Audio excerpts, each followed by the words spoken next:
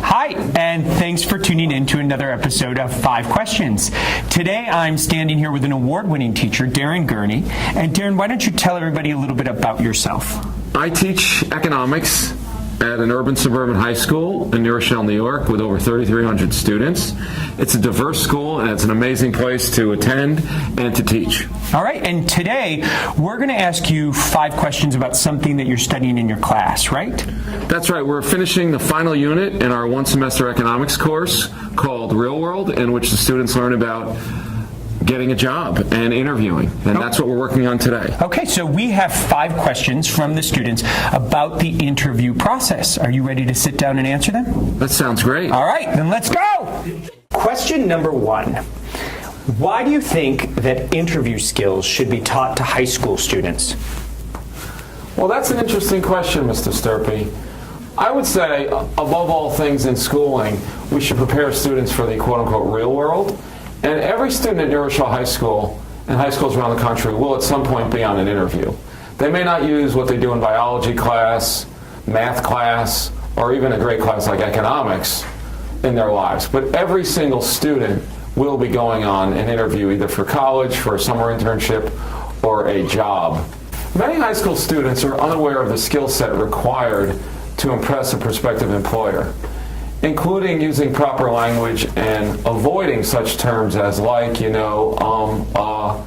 positive body language such as firm handshake, eye contact, effective vocal tone, and enthusiasm that might attract them to their firm. And something as discreet as just a plain little smile that might also enhance their chances of getting hired. And many high school students are nearing the time where they would interview for a college, summer internship, or even a career-oriented job. So it's imperative that we as educators at the high school level begin to introduce many of these important mechanics of the interview so as to best prepare our students for the real world. Question number 2. What are steps a person can take to prepare for an interview? There are 3 steps a person can take to prepare for an interview. 1, they should practice with peers in a classroom or interview type setting. And the practice should be based upon questions that are likely to come up in the interview for that specific industry, whether it be accounting, education, or healthcare. Secondly, they should learn the person's name who they're going to be interviewing with so they pronounce it effectively, so as to pronounce someone by the name of Mr. Dumas as Mr. Dumas and not as Mr. Dumbass. In addition, it's important to write that person a thank you letter, so spelling their name properly is also important subsequent to the interview. Next, it's important to have 3 key attributes about yourself so that during the interview you know which 3 points you want to hit. Maybe it's about leadership, perhaps it's about creativity, or maybe it's something as simple as tremendous work ethic. And following along those lines, it's important to have a story or vignette that would correspond to those 3 key attributes.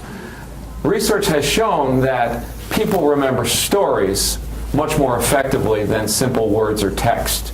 And this will give the interviewer an opportunity to put your face along with that story and thus make you much more memorable.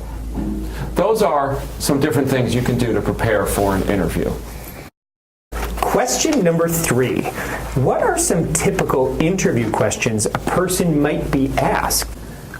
Ironically, the most common thing asked on an interview is not technically a question. It's a command. Tell me about yourself. Tell me about yourself is an opportunity for the person to market themselves in 1 to 2 minutes. Now, it's important that the person stay within the professional realm with their answer and not talk about how they like to walk on their beach with their boyfriend, and watch Netflix at night, but rather talk about their interests that apply to the career or industry that they're interviewing at. Next, something else that comes up during interviews are scenario-based questions.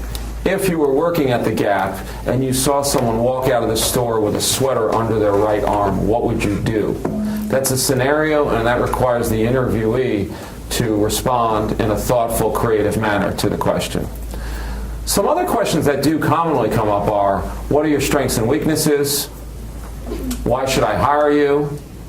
Are you willing to travel? And why do you want to work here? However, it is important for interview candidates to practice by meeting in small groups with people from their industry to prepare for these interview questions and more. Question number 4. How can a person physically act to improve his or her chances of being hired?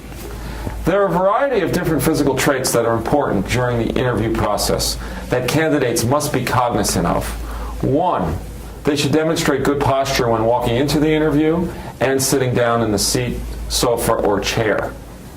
2, it's important to smile during the interview so as to show an air of confidence and ease and poise. Lastly, having good enthusiasm and energy is a very important trait to have when coming into the interview from a physical standpoint. Question number 5. What are some overlooked elements that can make a difference during the interview process? There are several elements that are often overlooked by candidates during the interview process. For one, it's imperative that they mail off or email a thank you note to the interviewer right after the interview, in which they mention something specific that was discussed during the interview more than just thanking them for their time. Second, it's important for candidates to network so that they tap into their friends, family, relatives, neighbors, coaches, teachers who might be able to help place them either in an interview or connect them in a certain industry. Lastly, students should not be afraid to go to the College and Career Center at either their college, university, or high school for that matter when looking for a job. They've spent thousands of dollars in tuition, and they should go there expecting to get help.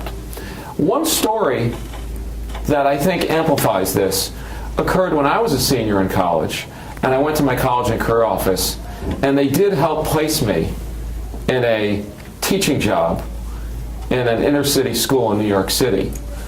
Simultaneously, I got a phone call from a friend who was going to place me in a bond trading job. So in both cases, the College and Career Center helped me, and my network was able to help place me in a job.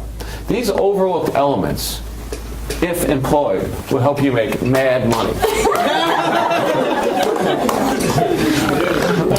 All right, so Darren, you survived 5 questions. All right, it was very interesting. If people have additional questions, is there a way for them to reach you? Sure, I'm at dgurney@nred.org, and they can call us here at Rochelle High School at 914-576-4290, and we'll talk interviewing. All right, and I'll put all that information onto my website. So thank you for tuning into 5 Questions, and I hope to see you again. Bye.